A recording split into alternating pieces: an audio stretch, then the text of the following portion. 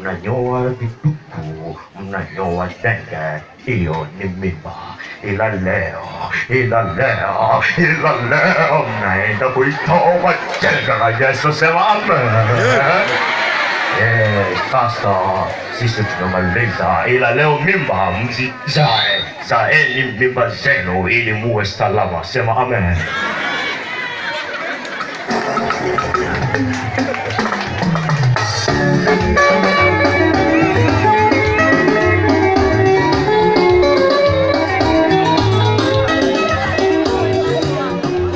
Baada ya kupata mahubiri kutoka PMC FM ya jana usiku, kinachofuata sasa ni meza ya duara. Karibuni.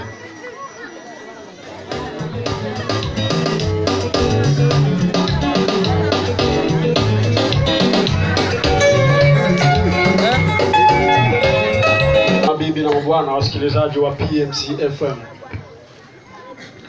katika kipindi hiki cha jioni ya leo, mtangazaji wako ni mimi Joseph Joshua. Nitakuletea habari mbalimbali ambazo tutakuwa na mada tatu.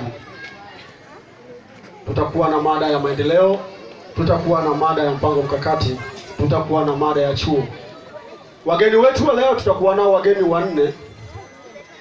Mgeni wa kwanza ambaye tunatarajia kuwa naye hapa ni mjumbe wa bodi ya wadhamini, mchungaji Ashel bodi ya nidhamu, mchungaji Ashel Enoki. Tutakuwa na mjumbe bodi ya wadhamini ambaye ni mchungaji Eliasafu Matayo. Tutakuwa na makamu mkuu wa chuo Askofu Bwami Mtamya na mwenyekiti wa wanafunzi katika chuo hiki Yohana Lucas. Pale walipo naomba wasogee mbele.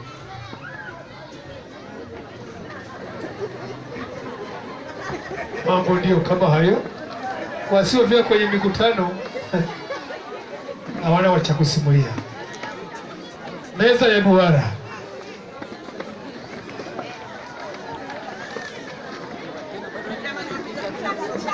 Yako macho tu.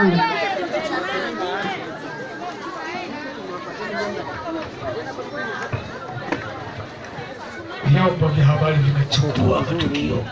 Atafikiri vizuri.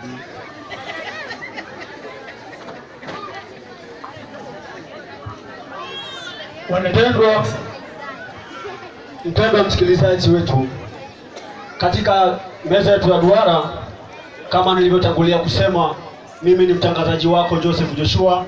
Mbele yako wapo watangazaji wenzangu ambaye ni Swima Enoch, nitakuwa na Daudi Mbaruku, nitakuwa na Lucida, nitakuwa na mlezi wetu ambaye ni Bwana Levis Enoch. Wakati tukiendelea na maswali haya, pia tutaruhusu maswali mawili baada ya mjadala huu kutoka kwa waumini wetu au wasikilizaji wetu, pale ambapo utakuwa ukuelewa. Swali lako tunaomba ulitupe moja kwa moja kwa mjumbe anayehusika.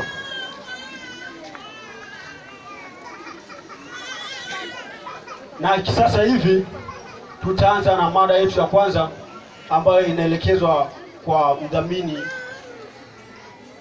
inaelekezwa kwa bodi ya nidhamu. Karibu ndugu Enoch Lawi.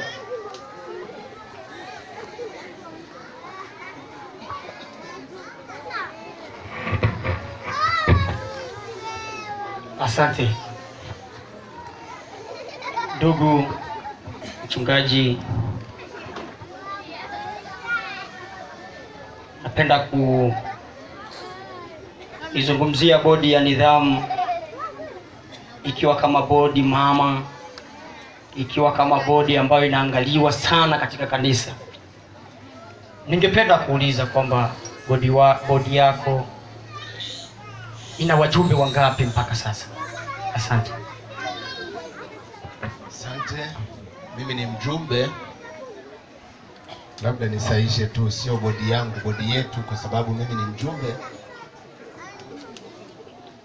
Bodi yetu ina wajumbe 8.